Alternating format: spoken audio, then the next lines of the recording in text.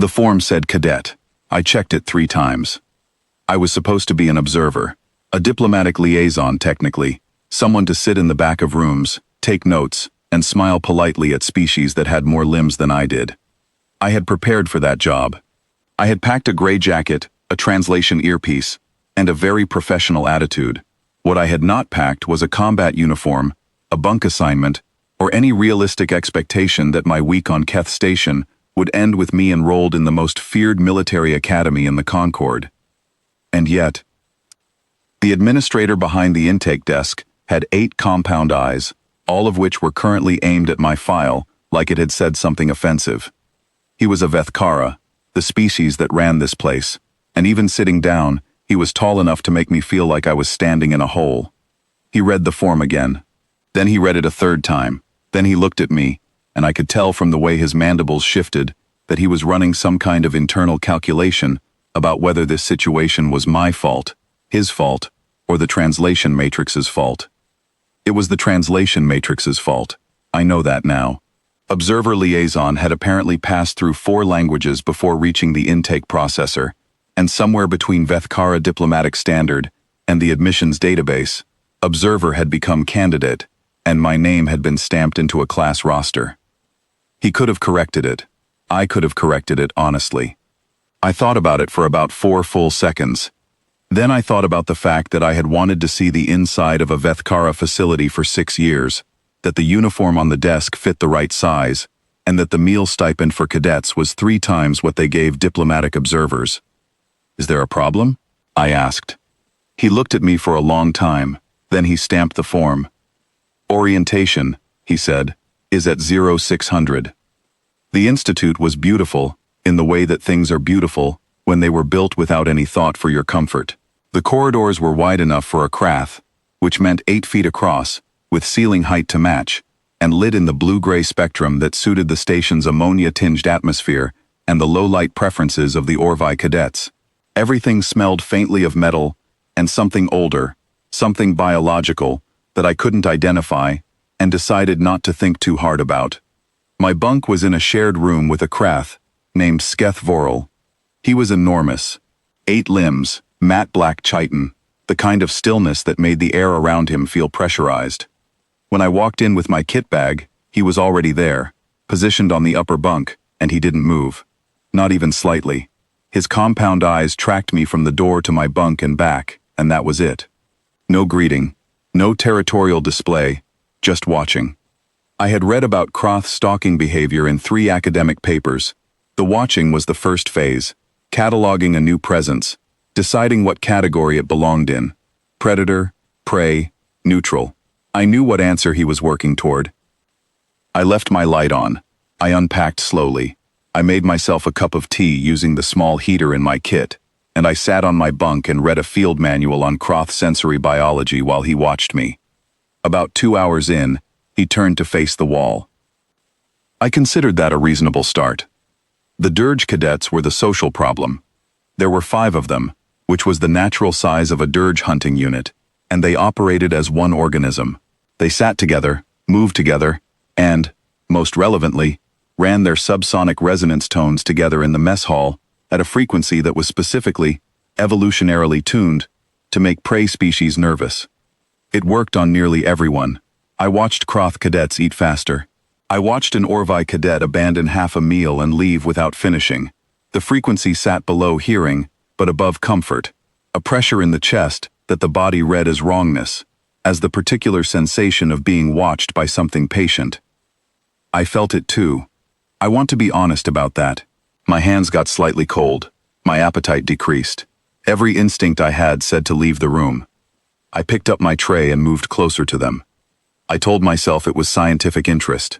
Better to study the source directly. Maybe that was even true.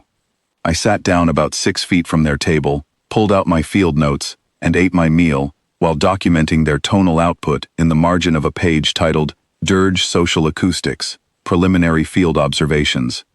They stopped running the frequency within about 3 minutes. I looked up.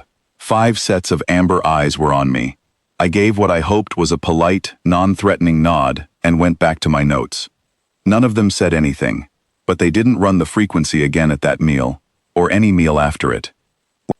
Combat training was where things got difficult.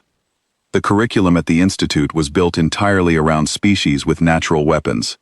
Kroth had razor-edged limbs and exoskeletal armor. Dirge had mass, speed, and the kind of jaw pressure that bent steel alloys. The Orvai had perfect low-light vision, reflexes that operated below conscious processing, and a striking range that seemed physically impossible until you saw the shoulder socket mechanics on a dissection diagram. I had a regulation training baton, a standard-issue padded suit, and what my instructor back on Earth had once described, with some frustration, as an unreasonable resistance to the concept of staying down. I got hit on my first day. I got hit on my second day. I got hit with enough frequency and variety over the following 2 weeks that I became quietly, privately expert at calculating the exact angle of approach from the sound of footfall alone. Because it turned out that when you got hit enough, your brain started taking notes whether you told it to or not. I got back up every time, not because I was brave, or not only because of that, but because the alternative was to not get back up, and that seemed like a worse situation. The instructors began writing things in their reports. I didn't know this at the time. I found out later. The phrase that appeared most often was aberrant resilience, which I liked very much, and had printed on a mug at the first opportunity. The gauntlet was the mid-year proving exercise, and every cadet talked about it the way you talk about weather you can't stop. The premise was simple. You were released into a simulated derelict station, a dark maze of corridors and failing systems, and something hunted you. An instructor-controlled apex threat construct, adaptive, fast, and designed to be survivable, but not beatable. You scored points for endurance, for tactical choices, for not panicking. Nobody was expected to win. You were expected to last as long as possible, and learn something in the process. My first run, I lasted long enough to pass. My second run, longer. By the third run, I had spent 6 weeks reading every debrief report I could access, and I had the gauntlet's geometry memorized. I also had a theory. The apex threat construct operated on a patrol algorithm. It was adaptive, yes, but it had tendencies. It preferred wide corridors. It paused at intersections to scan before committing. It did not, I had noted, account for the possibility that the thing it was hunting had stopped moving. I stopped running. I found a maintenance corridor in the third section, narrow enough that the construct would have to angle its frame to follow me through. I stripped the lining from my jacket and built 3 trip lines across the junction outside. I found a length of conduit tubing in a supply locker and settled in to wait. The construct found me in about 4 minutes. It paused at the junction. It scanned. It committed to the corridor. It hit the first trip line. It recalibrated. It hit the second. It reached for the wall to stabilize and found the conduit tubing between its legs and the floor. The simulator shut down. I stood in the sudden light of the powered-off environment for a moment, and then an instructor's voice came over the audio system, and it was very quiet, and it said, "Reyes, exit through Junction 3. I asked, very politely, if I had passed. There was a pause that lasted approximately 8 seconds. "Exit through Junction 3, the instructor said again. I took that as a yes. The thing about predators is that they respect behavior, not biology. I learned this slowly, and then all at once. Skethvorel began sleeping with his back to me. This sounds small. It isn't. A Kraith stalker sleeps oriented toward the last cataloged variable in its environment, whatever it hasn't fully resolved yet. Sleeping away from something is the behavioral equivalent of filing it under settled. He had reclassified me. I wasn't in the unsorted category anymore. He also, without any comment or acknowledgement, started leaving portions of his food ration on the edge of my bunk when I worked late. Arthropod resource sharing. You share with pack. You share with things you have decided are not prey. I left a portion of my ration on his bunk the next morning, and neither of us ever mentioned it, and we did this for the rest of the year. The Dirge unit started positioning themselves near me during open field exercises. Not surrounding me, beside me, lateral. It took me 2 days to recognize the formation, because I was looking for threat posture and finding something else entirely. Their unit leader sat across from me at breakfast one morning and explained it in careful standard, choosing each word like he was carrying something fragile. He said that I was not pack, because pack moved together, and I moved alone, but that the word they used for what I was translated roughly to singular threat. He put a piece of food on my tray. "We do not run formation with you," he said. "We run beside." I didn't know what to say to that, so I just ate the food, and he seemed satisfied. The Orvi cadet's name was Vel. He had been following me since week 2. I knew this because I had read enough about Orvi behavior to look for it, and because once you know what to look for, the signs are everywhere. A sound in a corridor that stops when you stop. A shadow at the edge of your vision that resolves, when you turn, into an empty doorway. Patient, precise, absolutely convinced it was undetected. I had dealt with this by narrating my activities aloud.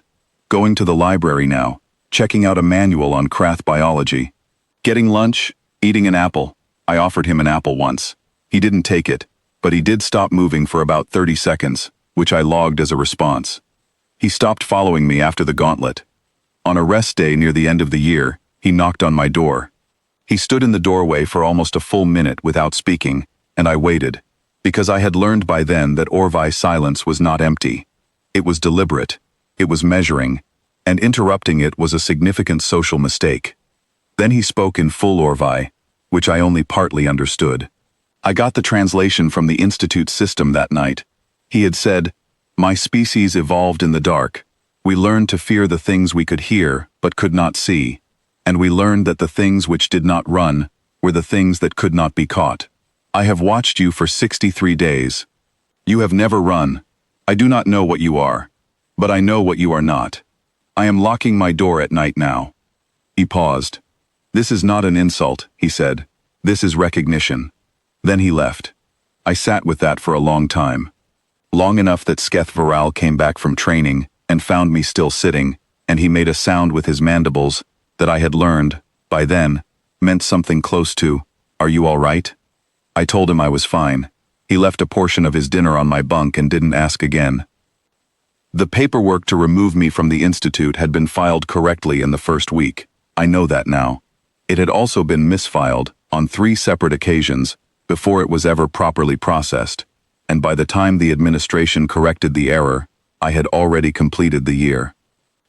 I don't know who had access to the administrative system. I have some guesses. I don't ask questions about it, because I think the answers would embarrass everyone involved, including me. I graduated. The commencement notes from the faculty included 3 commendations and 1 notation that read, in full, "Do not provoke." I consider this the finest professional endorsement I have ever received. Years later, I was back on Keth Station for a consulting assignment, senior xenobiologist, first contact protocol work. I passed the institute on my way through the station. A group of new Krath cadets was standing outside the entrance for orientation, and one of them saw me. He went absolutely still. Not the freezing stillness of surprise, the particular, precise stillness of a stalker that has encountered something its instincts have not resolved yet. I held his gaze. I gave the still posture back, the Krath acknowledgement I had learned in my first month, the signal that says, "I see you seeing me, and I am not concerned." Then I turned and kept walking. Behind me, I heard a door. It locked. I smiled the whole way down the corridor. I smiled in the transport shuttle.